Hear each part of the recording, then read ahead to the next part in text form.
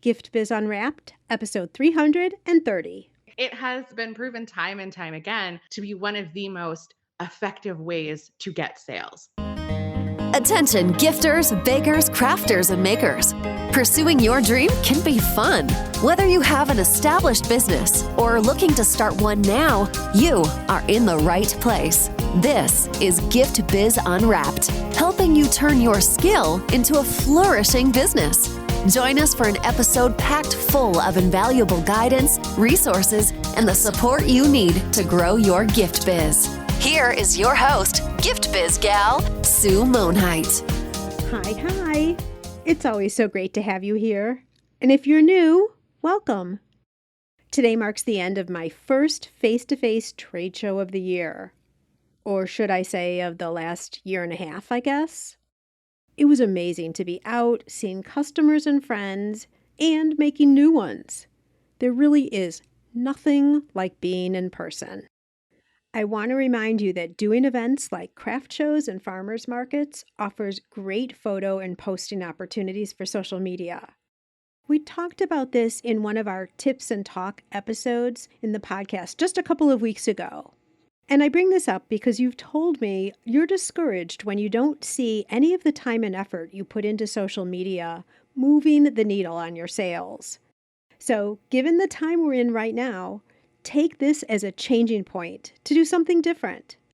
Putting in more time posting in the same way isn't going to magically bring you results. You need to change the way you're posting and what you're posting. You don't need to put in more work, you need to put in the right work. That's when things will change. If you need some help with this, I've got you covered with the Content for Makers program. Content for Makers will enlighten you as to why your social media activities aren't converting into sales. It will also show you how to put less time in and start seeing activity that will increase your sales. Just imagine a day where you know exactly what to post and to get it done in 5 minutes or less.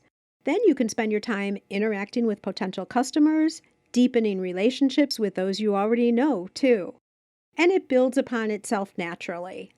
Yes, this is possible. Content for Makers includes a step-by-step strategy to formulating your unique plan based on your business and your products.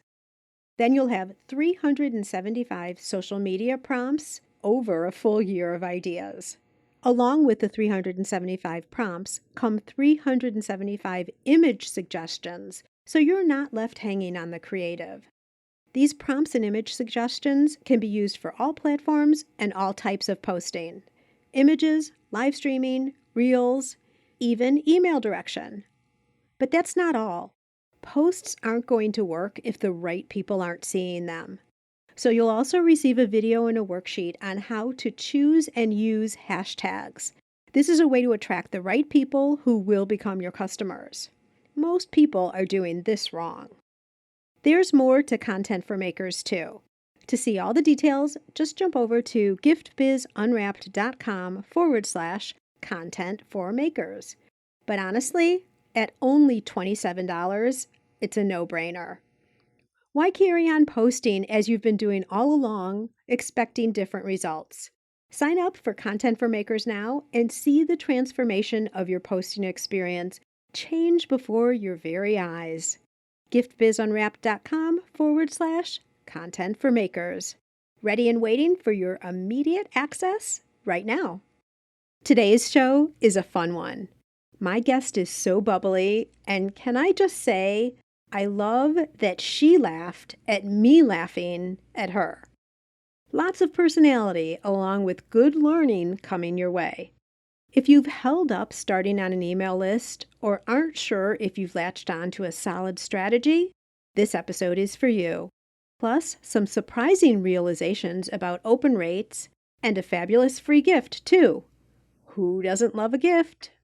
But to get to all of that, we need to first get to the show. So let's do that right now.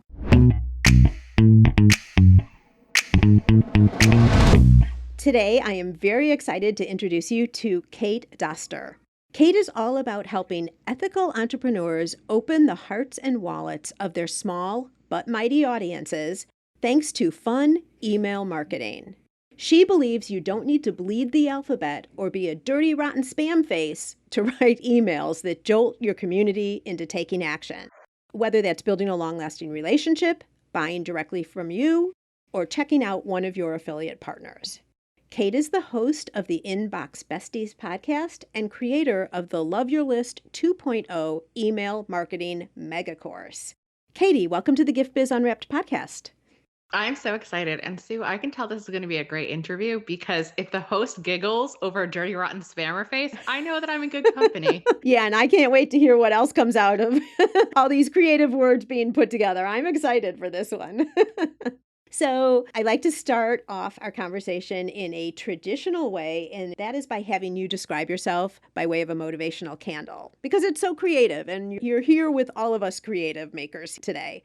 So if you were to share what a candle would look like that resonates with you, Kate, by color and quote, what would your motivational candle look like? My motivational candle, it would be an ombre effect, and it would definitely be an ombre effect that kind of looks like fire. So it would have like the yellow, the orange, the reds, because I always say that I'm just this big ball of fire. And my right-hand lady, her new nickname is the Fire Tamer because I am a creative. I like to create. I cannot sit still. So I am just like, I'm always making something, whether it is courses, whether it's emails. We bought and sold a house, and so I renovated simultaneously 2 kitchens, 2 bathrooms by myself. I just love doing things, so I'm a ball of fire. And so the quote would actually be, do the brave thing, because that's what I tell my students constantly, whether they're trying to grow their email list, whether they're trying to sell, whether they're trying to get more visible on, say, Instagram.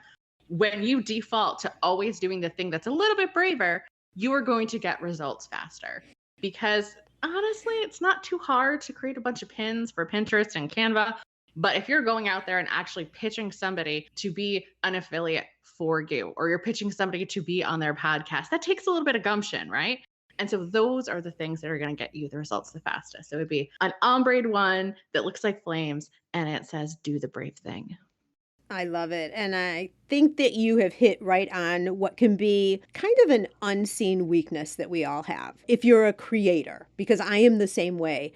I create podcasts, I create blog articles, social media posts. And is that really, do I need more of those, or should I be doing some of the, to your point, braver things?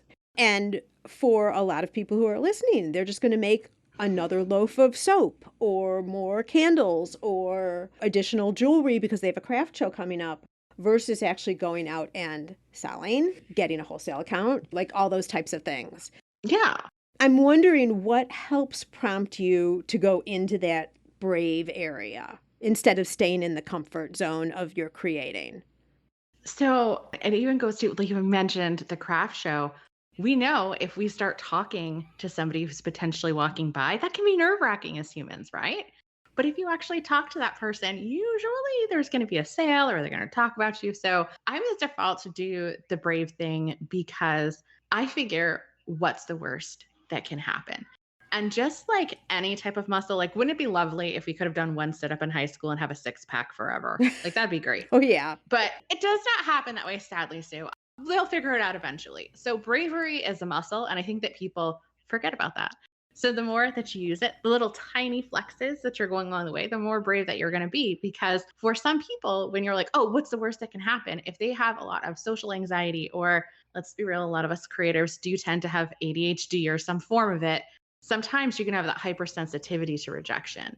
So that's why it's like, start off a little small, get a little braver, get a little braver, because the worst thing that can happen is something amazing can happen. Or the worst thing that can happen is you're just proud of yourself for being brave. Yeah, for just taking the action, regardless of what the outcome is. Exactly. And that bravery, that sense of pride, it's kind of like if you start walking like just 10 minutes in the morning, you usually start eating a little bit better, you start drinking, maybe your walks get a little longer. It's one of those dominoes effects from that pride of, just like you said, of actually doing something. So regardless of what the outcome is, yeah, that's why I always just make it, just do the brave thing. The worst thing that can happen is you're proud of yourself for taking a risk. Oh my goodness. Like, oh. Spinning off the conversation about walking, I'm now a Peloton girl, but I used to go to a health club and spin, and the only time I could fit it into my days was the 5:30 a.m. class. Well, that means I had to get up at 5. I live in the Chicago area, so throughout the year, sometimes it is freezing cold and snowing. But you know what I would do is I would make my plan the night before. This is what I'm going to do. And I wouldn't allow myself to rethink it. This is the plan. This is the timeline. Nothing's getting in the way at 5 a.m. when I have to get up. There's no client issue. There are no emails to look at. There is no excuse. But if I think about it too much, or at that time, like if I would start thinking about it too much, then I could talk myself out of it. But if I didn't allow that, this is the plan, you're sticking with the plan, you're going for it. That's how I would do it. I absolutely love that. I also love biking. I am not a Peloton person though, because I don't like people telling me what to do. But you know what you can do? I just like to have my music, my playlist, and I just Well, that's go. okay. That's okay. You got the bike too. I just bought, we're so off topic. We're going to get right back on in a second. But this could help some people who are listening. But I just bought a desk that you can put on top of the Peloton.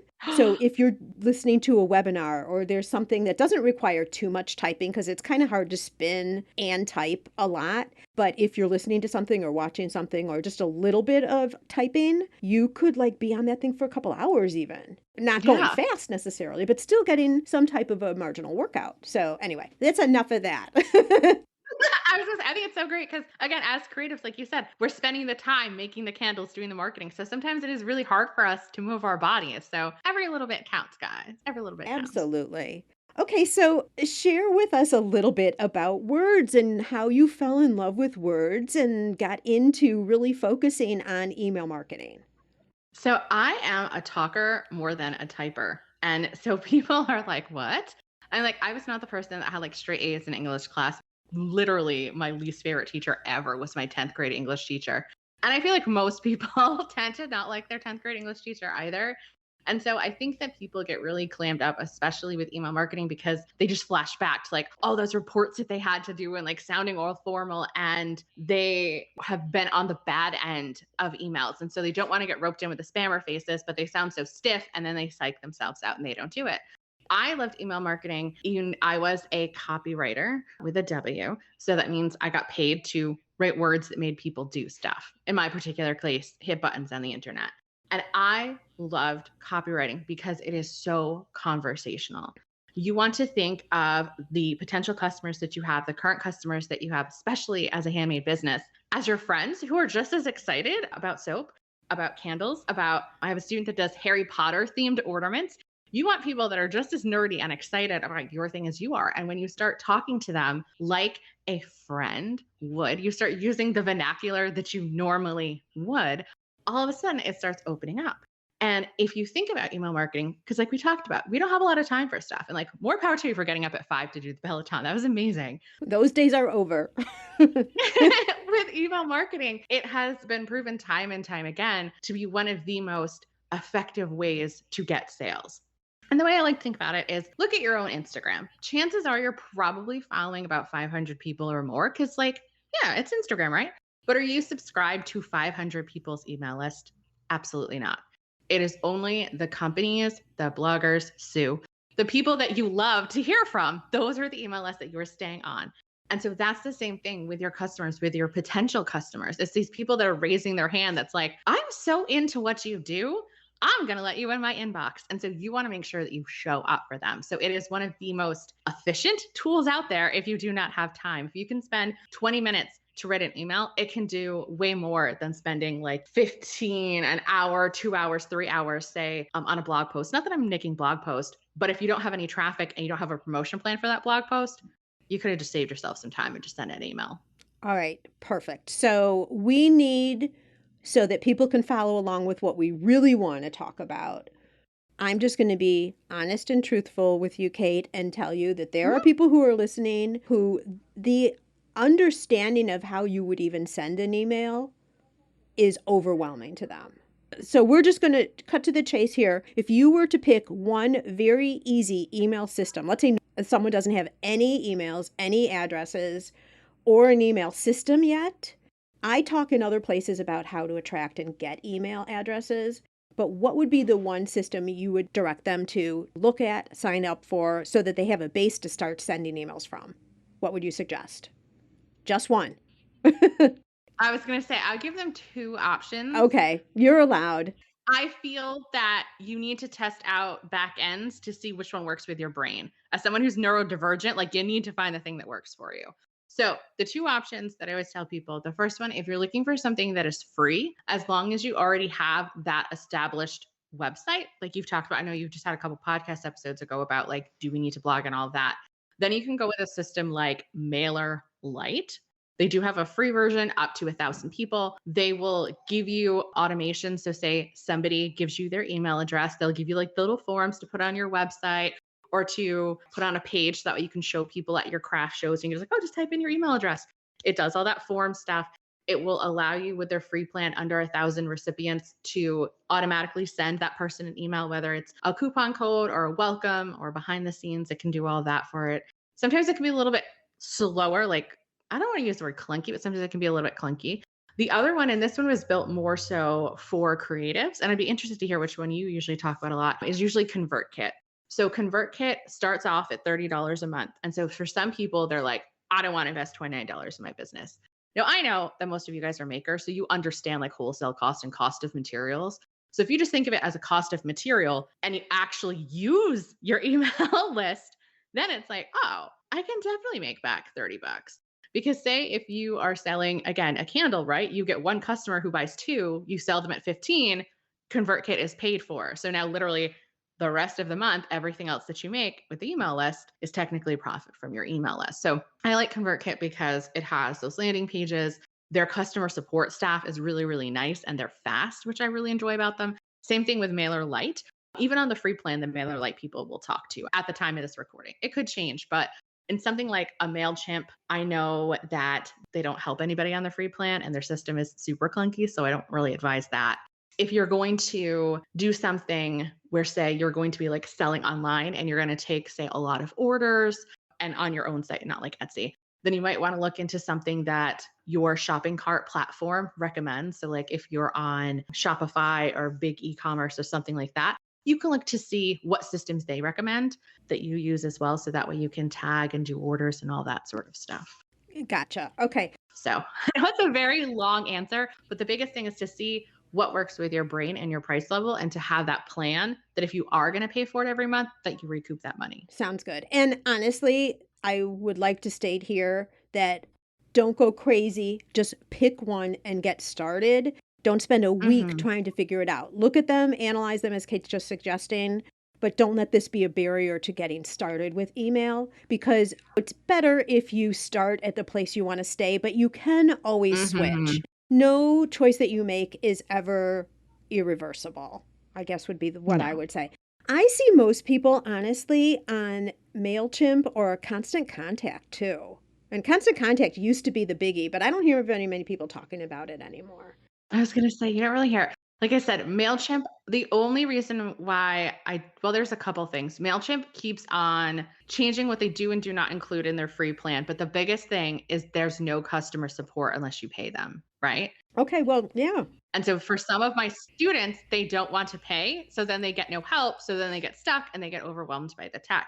But you need to have one of those, the Constant Contacts, the Mailer Lite, the ConvertKit, like you said, just pick one because you just cannot legally, you cannot like blind CC a whole bunch of people from your Gmail account or your Hotmail account.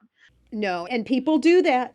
That is the fastest way to get fined. Yep. So that's why I say, okay, so we're together with this, Kate. Pick one, no matter what it is. Mailer Lite, I don't really know much about that. So check that one out. It sounds great because if you can get someone on the other end of the line in 2 seconds to answer a question for you, that's amazing.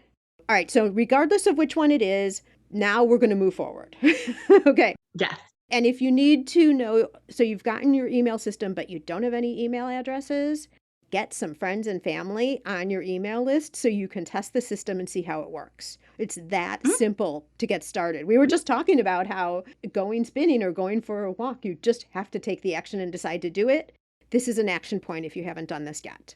Most people have at least 2 email addresses. So put in your other email address because what I found was actually strange from dealing with students is they will clam up and get more nervous if people in real life are on their email list, which is so odd, right? Because you would think like when you want to shout it from the rooftops, I'm like, just put yourself on there. Even if you're literally just emailing yourself, for like 2 weeks while you're like getting the hang of it before you go out and you're like, yes, now I'm going to go get friends and family, or I'm going to put this on my website, or I'm going to put it on my Instagram, or I'm going to put it in my shop, that type of scenario. Just get used to sending to yourself. It is okay. Yeah, so just send an email, see how it works, see the system, see how it looks Yeah. on the other end when you're the recipient, Mhm. and then let's get rolling with it. And like I've said, we talked in other episodes about value of email. I talk about email all the time. Backup for social media. You can't rely on social media platforms for retaining Mm-mm. connections because it's just too risky. So we've gone through all of that. So, all right. Yay, Kate, guess what? I have an email service provider. Now, what do Okay. I do with it? Like, what am I going to talk about with people? And how is this going to be useful for my business? Sure.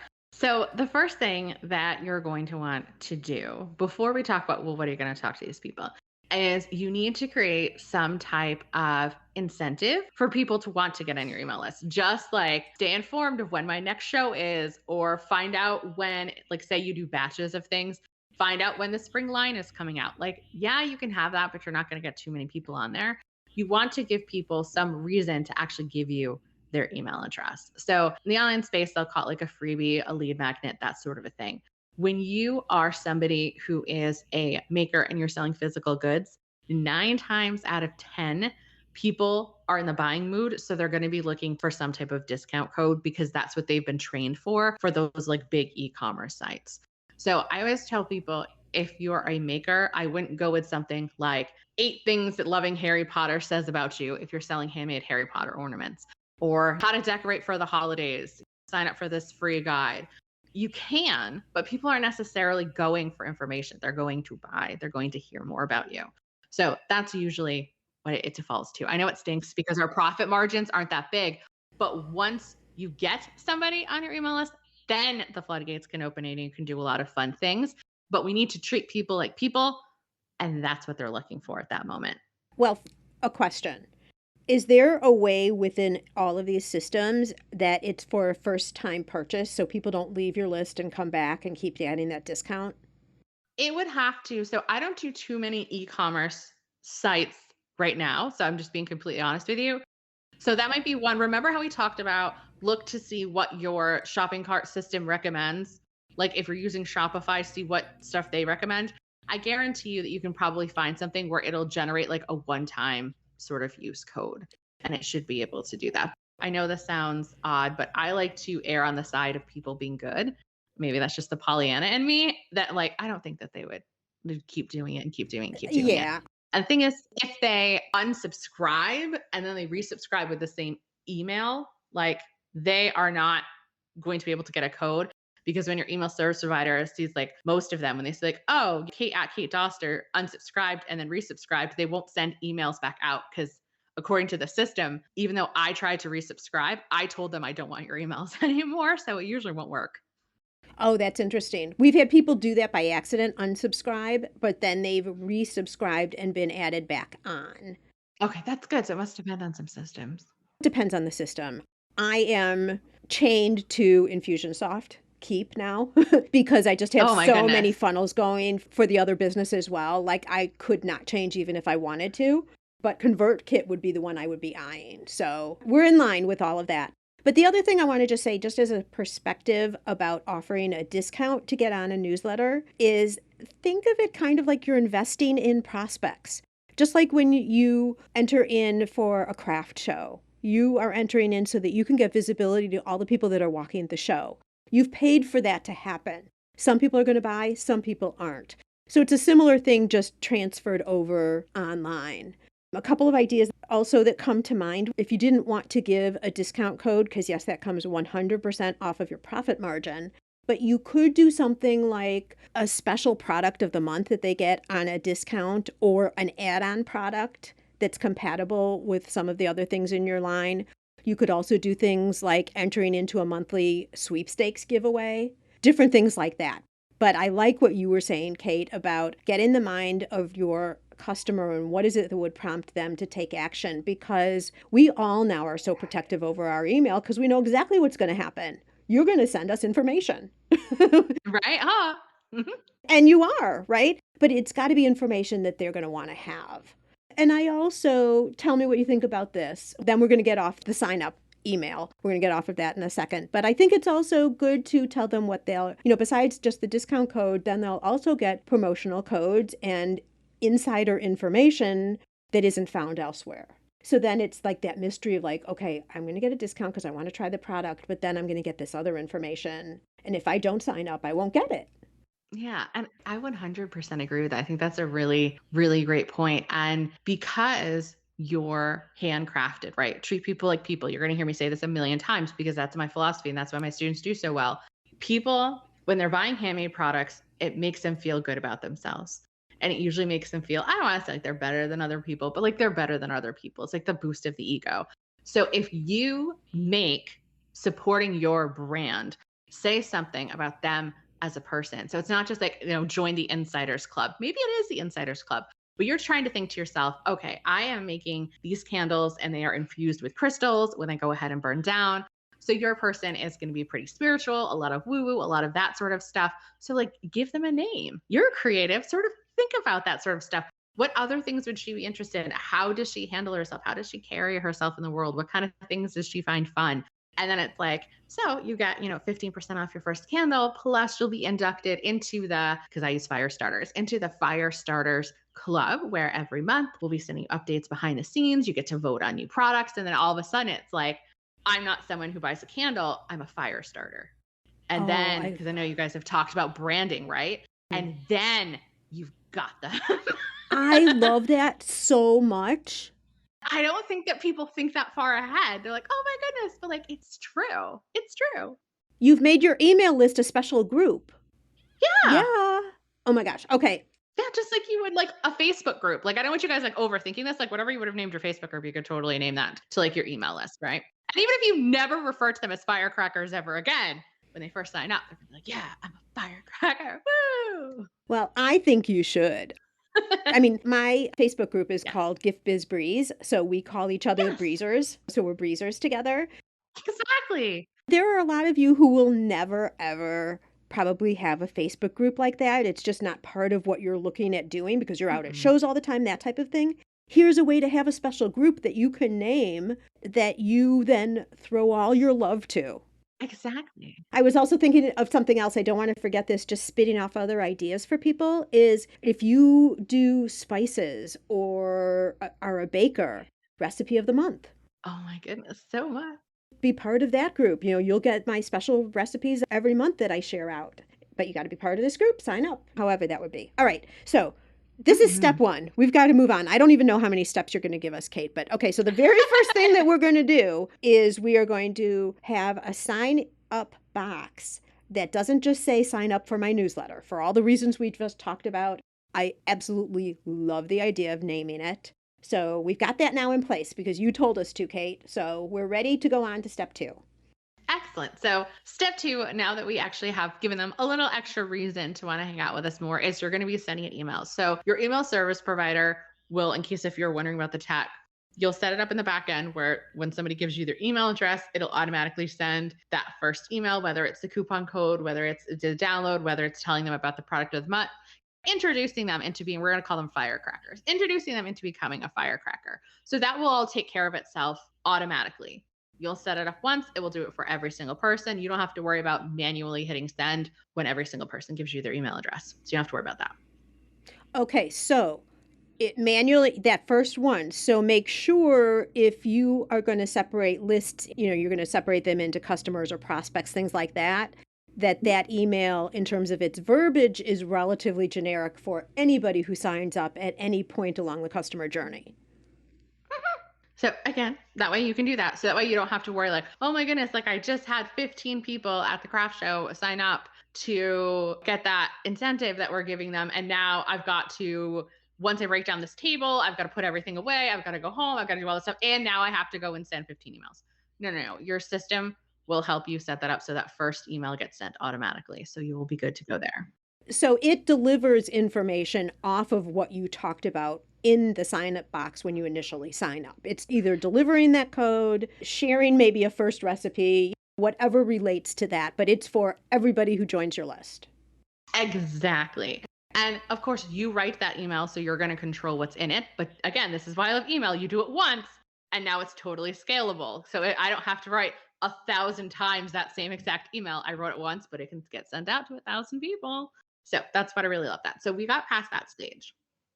Okay, let me just say something else here just because it's coming to mind. If you have something in place and you're not seeing people signing up for your emails, but you know people are coming to your website, so it's not an issue of not having people seeing the ability to opt in, switch it up. Try something different. Okay, so this is changeable at any point if you want to. Anytime. Nothing is written in stone. Are you, like you said, if you've got the traffic, if you're just having it, you've seen it with a lot of blogs in particular, they'll have like that one little sign up box in the sidebar. Well, sidebars don't show up on mobile except for the very, very end of everything. And most people are not going to scroll that long. Again, treat people like people. So you need to make sure, while I do not like pop-ups, I'm not a fan of that. I do like the wheelie guy. I think Privy does him. I think he's kind of fun because people love contests. But short of that, like I'm not one that's like, oh, have a pop-up, because they're annoying because people are on mobile and then they can't see your stuff. They can't look at your catalog. But maybe just, I always call it like either a hello bar or a top banner. And again, most of your email service providers will be able to sort of help you sort of set one of those up where it's like, click here to get 15% off your first order, or click here to get a free custom bookmark with your order, right? Or test with your audience. I mean, pop-ups can work. I'm against them too, but I can't tell you how many signups I get from my pop-ups. But I also delay them. It's not like you first come on and all of a sudden in your face is this pop-up. Yeah. So test it out. But I agree with you with pop-ups, but if they produce, then sometimes you have to do them too. Yeah. If you're relying really, really heavily on Google to send you traffic, that's the only time that I would be like, I wouldn't necessarily do them, because Google, especially now with its last update, because it's prioritizing mobile viewing and mobile experience, if you've got a lot of pop-ups, they tank your ranking. They just do. Oh, really? Oh, interesting. Yeah. So it's something, if you're like, oh, but like I'm ranking really high for a keyword, it could definitely be something to look at. But after you do get the email address, again, you're asking in a variety of spots, not like so overwhelming, but you're giving them more than one shot to be able to be a firecracker with you. Then I would tell my students, I want you to send an email at least twice a month, guys. I prefer every week, but I'm aware that for some people it can get overwhelmed. Even though there's only 4 weeks in most months, I feel like you can write 4 emails, but I definitely know you can handle 2 emails a month. Y'all can do that. The reason being, if you're like, oh, well, I'll just send at the beginning of the month. If you are not a brand that is, say, really, really visible on Instagram, if you don't have that local or even online sort of cult following, that sort of a thing, where again, like Peloton could email you once a month and you would never forget who they are. Most of us do not have that name recognition. The reason why you want to show up at least twice a month is so people remember who you are and what you sell. Mhm. That's super important. So it can be something like really casual. Say that you are making bracelets, or that baker, right? The making the bracelets, it can be, you can literally have pictures in your email and be like, so I'm thinking of introducing a new bracelet into the shop. Do you like the one with the pink beads, or do you like the ones with the blue beads? And then you'll have, like, say the pictures linked. You'll have a link that says, click here to vote for pink, click here to vote for blue, right? And then those links will say, go to a web page that just says, thanks so much for voting. I'll let you guys know which one won last week. So now you have that sort of fun, sort of like, this is what we're doing, right? If you, again, one of my students, she does sell those Harry Potter themes. So a lot in her emails, so usually always at the bottom have a picture of her ornaments, but she'll talk about like how she just found this quiz, or what do people think about this? Again, it's like, what would your people want to hear about? And it just doesn't always have to be like, this is my promotion, this is this. Now, obviously, if you're going to be doing a local show and you want people to show up, yeah, you're going to talk about that. But it's like, hey, so I know that you're really into like this and supporting small businesses and all this sort of stuff. So I just want to remind you that if you are in the Providence area, I'm actually going to be at this show right here. And if you're not, don't worry, you can always get some stuff from the shop. And again, just show up. Just show up. Yeah, and I'm hearing you talking like you're talking to a friend. You know, it's not this big, like structured term paper writing that you're doing. You're talking like a friend and you're just sharing what's going on in the business. I want to talk about that again in a second. And emails can be different lengths too, right? It doesn't have to be the same structure over time. One email might just be a couple of sentences. Yeah. How's everything going with your baking? Yeah. What fun way have you used your candle? Now, I'm hearing you asking questions a lot, trying to motivate a response in email. And we talk about doing that on social posts all the time. But is that a good practice for email? I'm leaving you in suspense in anticipation of that answer.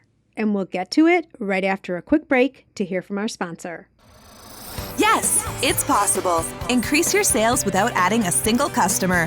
How, you ask? By offering personalization with your products. Wrap a cake box with a ribbon saying, "Happy 30th birthday, Annie." Or add a special message and date to wedding or party favors for an extra meaningful touch. Where else can you get customization? With a creatively spelled name or fine packaging that includes a saying whose meaning is known to a select few. Not only are customers willing to pay for these special touches, they'll tell their friends, and word will spread about your company and products.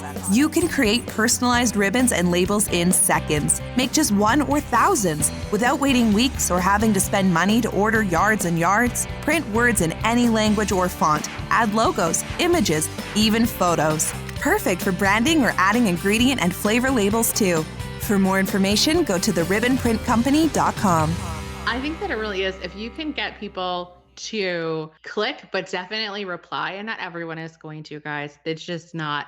That is going to show both wherever they're reading it, their Gmail, their Outlook, all of this. Like, hey, when Sue sends an email, we should definitely show it to her because people like Amanda really likes Sue's stuff. They must be friends in real life. So let's make sure that they get that stuff. Mm-hmm. What's happened now, and this has always been an issue, and I don't know why nobody really talked about it. All email service providers, all of them, the way that they track open rates, because that's a metric that a lot of people like, is that they send this, technically it's an invisible picture that has a little ping code. And so when that file is open, the invisible picture, it sends it back to your Convertkit, your mailer, Lite, your constant contacts. Hey, Amanda opened this email. However, for the longest time, it was always blocked on Android devices. And most people, where do they read their emails? On their mobile phones. But nobody necessarily cared. And I've been saying this for years. I'm like, just so you know, your open rate probably isn't reliable because people on Android can't see it. Well, the new iOS update came out for iPhones, and they're blocking that pixel now too. So what ended up happening is you saw a whole bunch of people essentially over 2 weeks just see all their open rates drop. And they're like, oh my goodness, my open rate's dropping. Nobody's reading my stuff. Like email stinks. It no longer works. That technology is getting blocked. And so now the only ways that you can reliably tell is somebody actually opening my stuff is, are they clicking on something? Because that still gets tracked. Or did they reply back? And so that's why I love to have questions. Again, not everyone is going to reply back, but it's nice to be able to build that personal relationship with your fans, just like you went over like DMs. I know you've got that really great product of the year's worth of social media content for makers. It's that same sort of a thing. That's what you're looking for, is that interaction. So that way, when it comes to Christmas or holidays or birthdays, or somebody needs a cake made because say that you're a baker, right? They're like, oh, you need to go to Sandy. Her stuff's amazing. And I love her emails. Right. That's what we want. Yeah. Well, first off, nobody freak out if you're looking at your open rates and they've gone down, because now you understand why. It's not that behavior has changed. The good news is you probably weren't even seeing that your open rates were initially higher than you even think. But now that they're going down, that your numbers are going down, it doesn't matter. So that's really, Exactly. oh my gosh, like you've just saved a bunch of hearts from dropping out of people's chests, I'm thinking. All right, so I haven't seen this for a while, and I'm going to have to go check out if I'm still on his list. I wonder if something changed. But there used to be a guy that I would follow. He sent out Sunday mornings, which seems like a really wild time. That's when his emails would come out. They were always very interesting, but the very last line was, reply back to me and tell me what you're drinking this morning. Because he was like the theme of, he was at a coffee shop sharing with us what was going on. And I wouldn't be surprised if he actually wrote it then and there while he was having his coffee, but he'd always say, drop me a note. Let me know what you're drinking this morning, or something like that. Was it the Sunday Morning Dispatch with Paul Jarvis by any chance? No. Oh, because Paul used to do that, but then he stopped sending emails. I loved his Sunday emails. They were the best. Yeah, no, this was so great. And you know what? He would respond back too. Yeah. His name is escaping me. It's so interesting. And that's the other thing, again, and this is why we say weekly, because like Sue just said, guys, and this is the same thing for your customers. If they're expecting to see you Sunday, Friday, Thursday. There are going to be those diehard people where if you miss a Wednesday and you send on Wednesdays, they're going to be like, are you okay? Like they're going to be emailing you looking for your newsletter. It's really wild. And like, this is a perfect example here. Now, granted, like I just have a brain freeze, but I can see his face. I can't think of his name, but look at what else I said. I haven't been getting his emails. So if somebody wants your candles and is like, oh my gosh, what's the name of that company? I can't think of it. I can't think of it. If you were routinely sending them emails every other week and they were seeing that, you are continually pinging their brain as to the name of your company so that they can come back when they're ready to buy. So this is a perfect example. Kate, when I figure out and remember who it is, I'll let you know. You know, either during this interview or like an hour from now, I'm going to be like, like, how could I not remember his name? But anyway, enough of that. But I do have a question, and it might make some of our listeners angry, so be careful. But what do you say to people who are currently emailing, but what they email, regardless of their frequency, is a picture of the product and the price and the description and a button to go buy? I would say, well, at least you're emailing. So now, since you've had like that step one, you've done the crawling aspect. Now it's time for you to be able to walk. Now it's that time where, again, because you're a maker, because you're not Target, the reason people buy from makers is because they want to actually know the person and they want to have some things unique. So that's when you start including pictures of you pouring the wax, pictures of you with the dough, talking about if it is that sort of recipe of the month, talking about how you were trying out different ingredients and it didn't work out, or like the first one's burnt, right? So that way you're actually a real person to them. Mm-hmm. So again, definitely, because people are really visual, have some pictures in there. Don't necessarily do too many because that's more likely to put you in the promotions tab. But obviously, it's a visual making thing. You're going to need to have some pictures in your emails. Just make sure that they're great ones. I know that you can't send videos through emails. I know that on the podcast, you just talked about videos and that sort of stuff. You can't send those. You can send like a still shot, so like a screenshot of it, and then people could say, click on it and then go watch the things that you have. But again, just add a little something. Ask somebody what they're doing, how they're drinking, this cup of coffee. You know how you were just saying with the Sunday dispatches, what are you drinking? Find that brain hook. So maybe for you, you are going to talk about your cat, Mr. Whiskers, because you know secretly that your people are cat people, even if you are the baker, right? And then you're going to just show and be like, just have a quick update and be like, so what are your pet up to? Just find something so they can relate to you as a person and not just a company. And something easy that they can respond back to. Yeah. Nothing hard, just an easy answer. And then what do? Respond back to them again. Develop a relationship. Exactly. Maybe it's a color. Mm-hmm. Maybe because something easy is like every time, say you go to a craft show, you wear the color purple. Right. Mm-hmm. And again, this is stuff that's going to span everywhere. It's not just in your email list. It's going to be showing up on your social medias, on your Facebook, on your Instagrams, your TikToks, wherever you're going to be. So that way, when people think of purple, they think of you. Mm-hmm. Yep. Or this one really doesn't go because it's makers and makers, but I know there was a certain influencer who Instagram was his thing and he loved Target. So now anytime people would go to Target, they would tag him. I know exactly who you're talking about. Yeah. I bike or walk I do it in the morning and I do it at night because I can't sit still. And so now we have, via Instagram stories, we have an online nightly walking club. So now when people are walking at night, they think of myself and my friend Jasmine, who does stock photos, and they tag us. And so we have a virtual walking group. Yeah. So it's those little sort of things, or if you hear spammer face, you think of Kate, right? Those things that people want to have that relationship with you because you are small. I cannot tell you how many people, I love buying special gifts from the Etsy's, the actually finding people. I personally like to go to Instagram so that way I can buy directly from people's websites.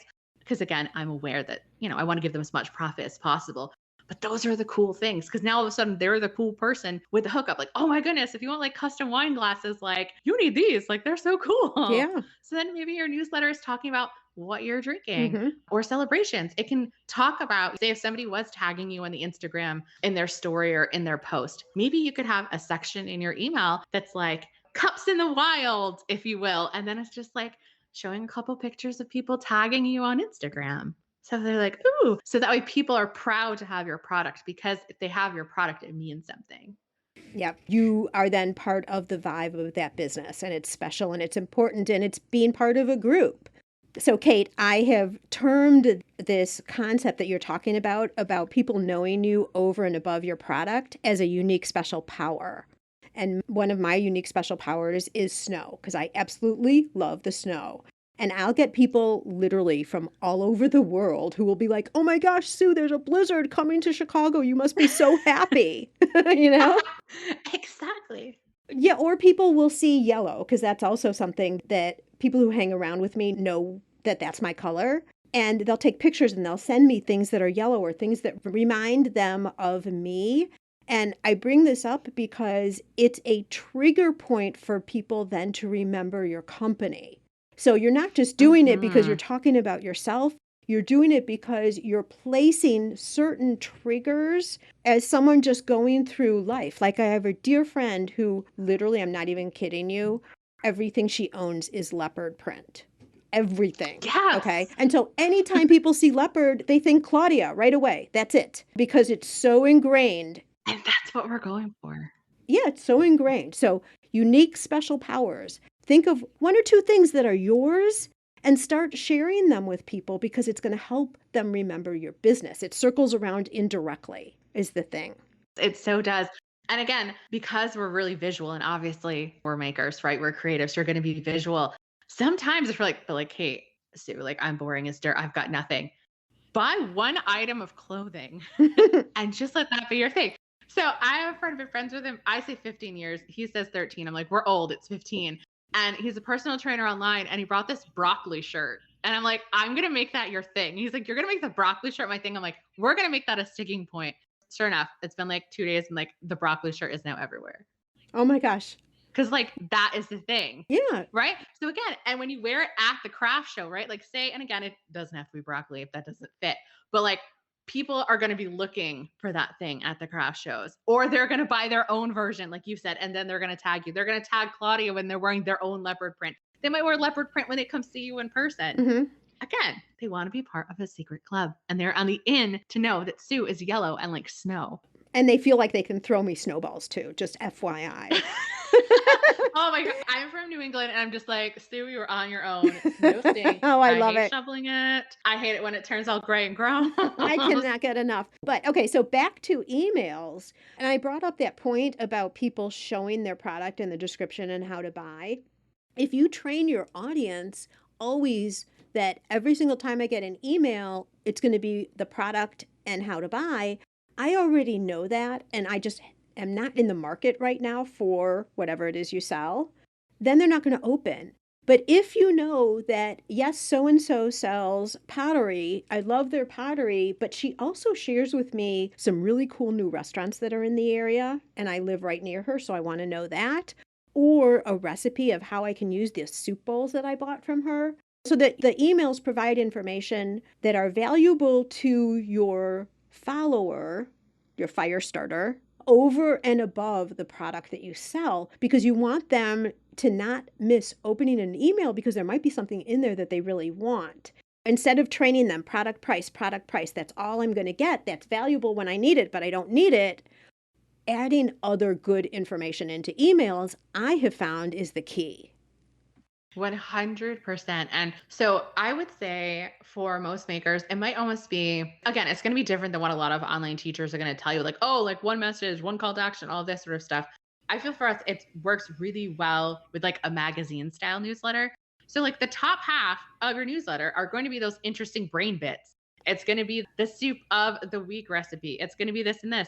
And then obviously at the bottom, of course, you are going to have a picture of some products and a button to buy, right? But that top half is where the relationship is built. Mm-hmm.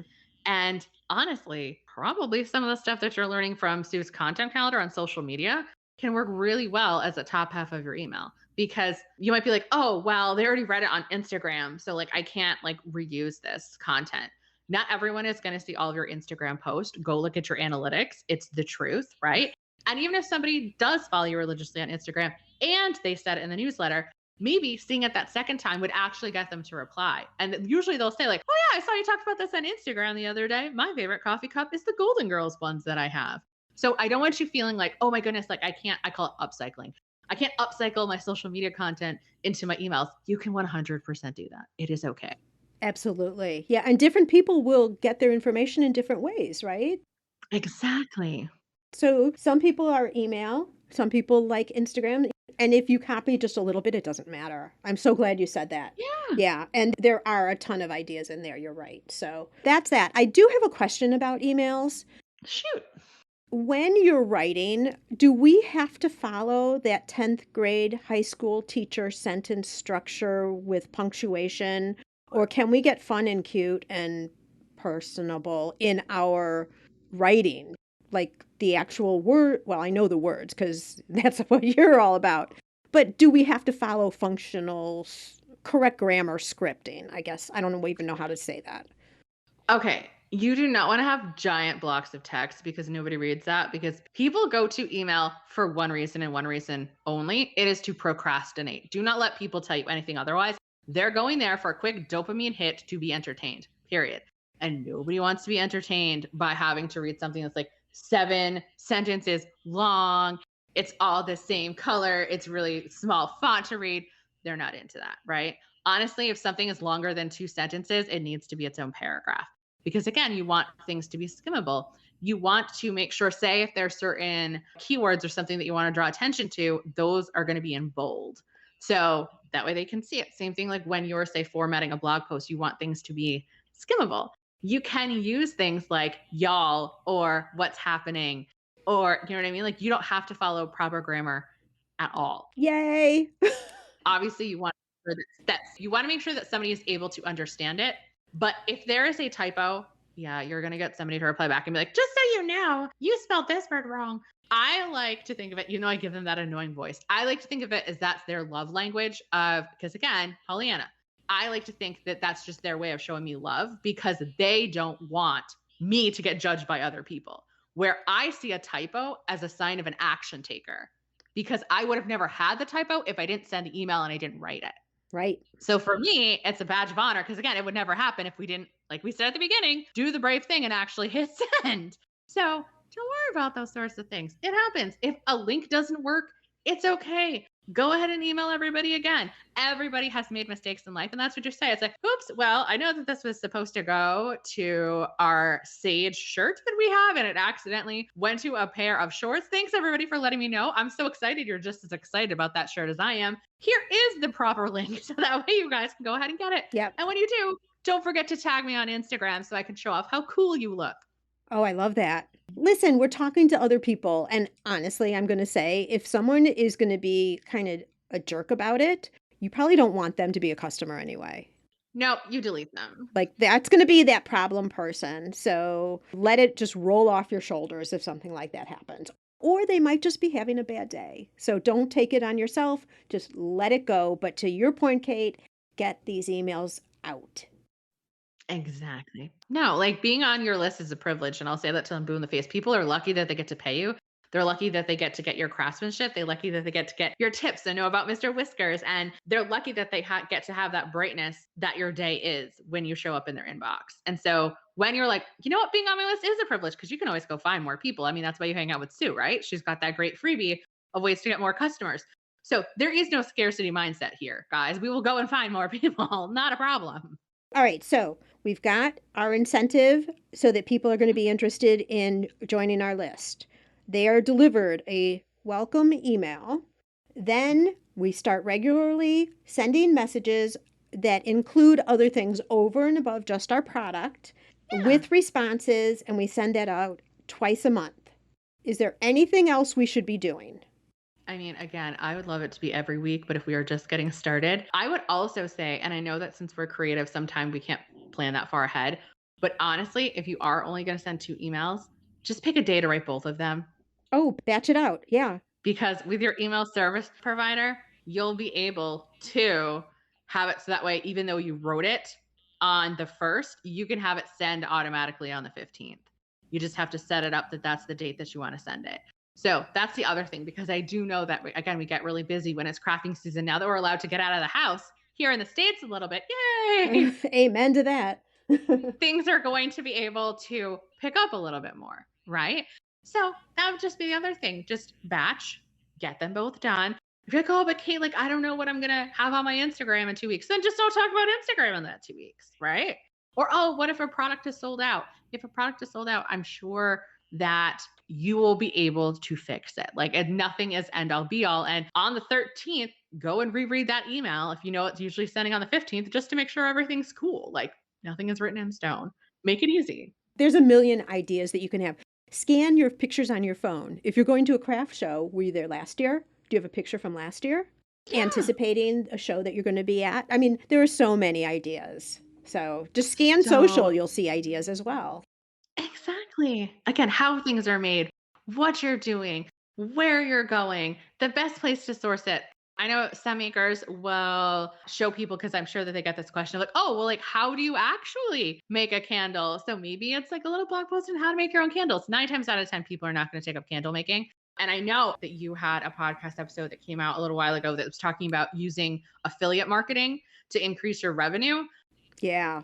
I mean, Amazon doesn't pay that much. Like, let's be real here, guys. But be an affiliate for Target, for Amazon. I don't know if Michael's or any of the crafting stores has one, because people are always going to want your supplies, because they're like, oh yeah, I can make these wreaths just like Susan does.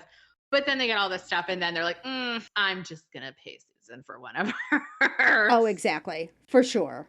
But even your lifestyle things, you can be an affiliate for, like, I use HelloFresh. I'm actually creating not just business affiliates, but also just my lifestyle, things that I use in life that I love. And so you can talk about those in emails too. It's very interesting. I'm talking more and more about this, that everything is compatible with each other. Like, social media helps reinforce emails, which reinforces maybe a video that you did that's on YouTube. Like, all of these work in harmony together to strengthen your business. But email is one. Like, if you had to pick a few, only a couple things, email, because it's something that you totally control, and your email list is something that you always have access to, should be top of the list. No question about it. I was going to say, because like, people can look at my social media following and they'll be like, Kate, you've got like a cool, like 3,000 followers on Instagram. How do you make so much money? I make so much money because I spent all my time on my email list and only letting the right people on my email list. So my email list is like 5 times what my social media followings are. Actually, it's a little bit closer to, I think, like 8 times, because I focused on the thing that mattered the most, getting into people's inboxes. So I don't need to compete with 500, 600 people for their Instagram feeds. Yeah, I love Instagram. It's super fun, right? But like, I mean business, I'm going to be in their inbox. And it's me and maybe like, I don't know, 15 other companies max. Mm-hmm. I can deal with that eyeball ratio all day, every day. Yeah, social media following doesn't always equate to the success of a business. It's hard to remember that sometimes, but it's everything working in conjunction. And, you know, I already said that, so I don't have to go any further with that. No, you're so right. I mean, things get hacked. Social media platforms fall out of service. When people usually ask me like, oh, why is email important? Usually my answer is, do you remember Friendster?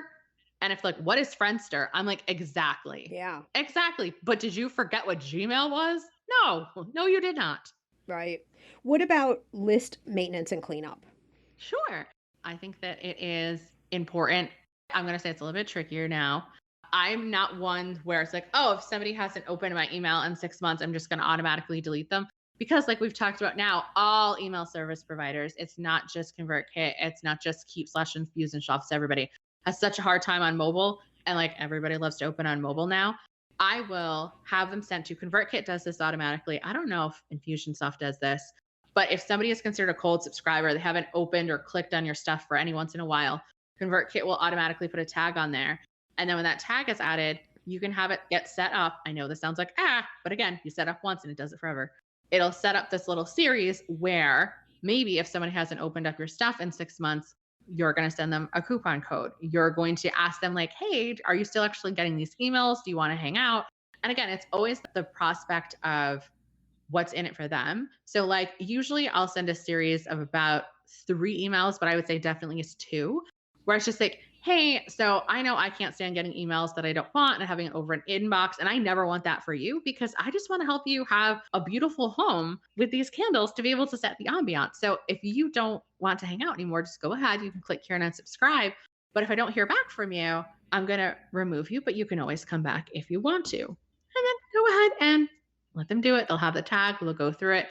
I'll usually have the series set up. So say after that final email where it's just like, do something or leave, I'll have it wait like say 7 days, and then they'll at Convertkit, they get sort of pooled at the bottom, and then I'll just go and delete them a couple of times a year. Yeah. And I think it also, I'm thinking about this now, like when we do webinars, we'll have thousands of people sign up for a webinar, but the only way I got their email is because they wanted to join the webinar. And then they may or may not be interested in talking further. So we will purge some of them because I figure if they're really interested, they're going to come back and sign up for a freebie and get back on the list. And I don't need to keep thousands of people on a list if they're never going to open or really were only interested in one thing.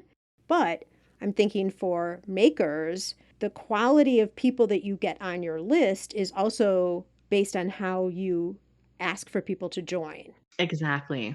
So, like if someone's coming to your website and they sign up, that's an initial action or an immediate action that they took personally. So that's a good person to have on your list. But what you wouldn't do, and this is against the canned spam laws, if that's such a thing anymore anyway, is if you're like out at a networking meeting or you got a list of everyone that came to a craft show, whether they came by your booth or not, you can't add those people to your list. And that would be a bad list. First off, because it's spamming. But second, you don't even know if they're qualified or interested. So they're taking up a spot on your list that could go to somebody who is interested. Because at some point, most lists you'll have to pay based on the size of your list. Exactly. That's usually when people tend to, again, it's different in the online information space. I tell people like they need to do it habitually. But again, because you're meeting people in real life, because they could just be customers who just haven't bought in a while, it's a little bit different. Usually it's when people get up to that next tier, like, oh, I'm going to have to start paying, or, oh, I'm going to have to start paying $20 more. That's when they'll go ahead and they'll start cleaning it out. But again, you want to make sure that rather than just deleting all of those people altogether, that you send a couple of emails and then like literally put, it's like, hey, so, and again, you don't want to be creepy about this. Maybe like send the discount code, they use it, all of that. Now they're active.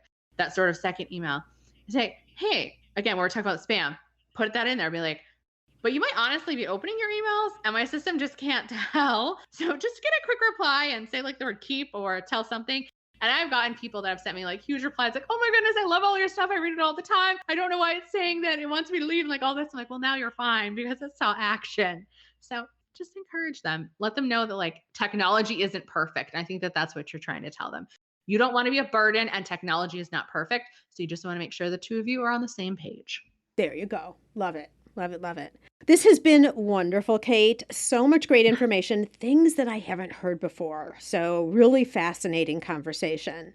Share with us a little bit more about your business, your podcast, whatever you want to tell everybody about. Sure. So I have a podcast. It's called Inbox Besties. You can listen to it wherever you're listening to this great show. Make sure you leave Sue a review first. Then you can come and listen to Inbox Besties. Oh, thanks. And right. So leave her that rating review, y'all, because it's a great show. And my website is at katedoster.com. I do have an incentive, as we talked about, called the 2 years worth of strategic email ideas. Ooh. So you can head on over to katedoster.com/2 years. However, because I love being transparent, it is geared towards people that are more information-based, the bloggers, the coaches, the people who sell digital products and coaching. So some of the ideas might not necessarily work, like sharing your 3 favorite books. It could or could not work. It might work for a segment of, say, your newsletter stuff, but I do just want to be clear that that's usually the people that I help. I know everyone's like, oh, why don't you do like an e-commerce thing? Eventually we'll get there. But for right now, it's primarily info-based people. So I just wanted to make that clear. Though I'd love to hang out with you. You can hang out with me on Instagram, Kate_Doster. It's totally cool. I just want to let you know you might have to finesse a little bit of the stuff that I talk about to fit your situation. Yeah, it could inspire you for another idea. So like your 3 books, if that doesn't relate to an audience, it might be 3 something else. Or, it might just be the catalyst you needed to come up with another idea for a topic. Exactly. Because when you can write about anything, your brain just goes, right? But when you're like because it's not just like, I'm not giving you like 104 ideas in a list, because that's not the way the human brain works. Treat people like people. So like I literally have it like May, week 1, send this, week 2, send this, week 3, send this. Some people follow it religiously in order. Other people like to switch it up. It's okay. And if you're like, but Kate, I'm listening to this and like January through August is already gone. So it turns out those months come back. So you are fine. Just scroll back up. It's cool. That's funny. It's cool. They're going to come back. Yeah, and content for email marketing is definitely something that I know people are interested in. So make sure to go and take a look at this, katedoster.com/2 years, right? And I'll have it linked up in the show notes. Yep, with the number 2. Okay, and then how else are you supporting your community in case we have someone here who would like to know a little bit more? Just really quickly. The email list 100%. Those are my people. So that's where I spend a whole bunch of my time. We've got the podcast.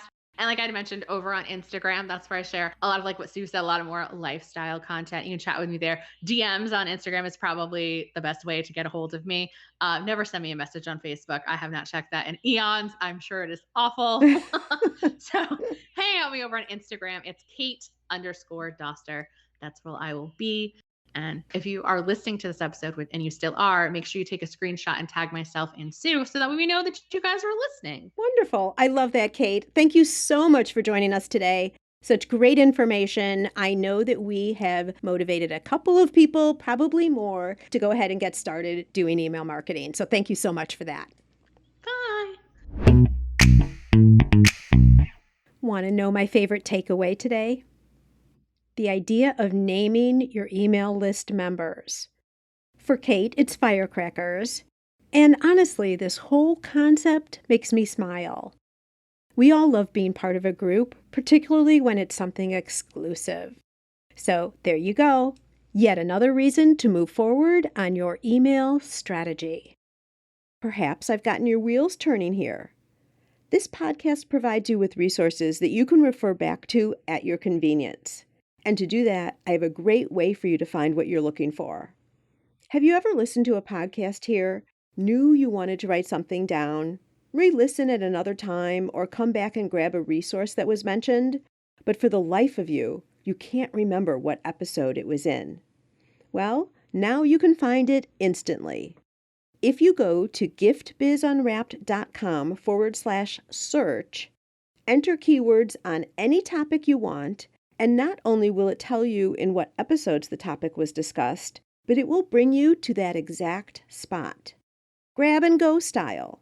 Quick, easy, and you can be on your way to taking that newfound information and implementing it into your business. Whether it's a topic like SEO, you want to hear from other jewelry makers, or you're looking for a specific guest show. All now can be found through keyword search right inside this podcast. Yay! I'm so excited about it, and quite honestly, I've been using it for myself as well. That link again is giftbizunwrapped.com/search. Next week, we're diving back into Instagram. There have been some big changes there recently, but we're going back to the basics. If this platform has been confusing for you in the past, take a deep breath and join me here next Monday. That's a wrap for this week. Please review and share this podcast if you haven't already. It's a great way to pay it forward. And now be safe and well, and I'll see you again next week on the Gift Biz Unwrapped podcast. I want to make sure you're familiar with my free Facebook group called Gift Biz Breeze. It's a place where we all gather and are a community to support each other. Got a really fun post in there that's my favorite of the week, I have to say, where I invite all of you to share what you're doing, to show pictures of your product, to show what you're working on for the week, to get reaction from other people, and just for fun, because we all get to see the wonderful products that everybody in the community is making.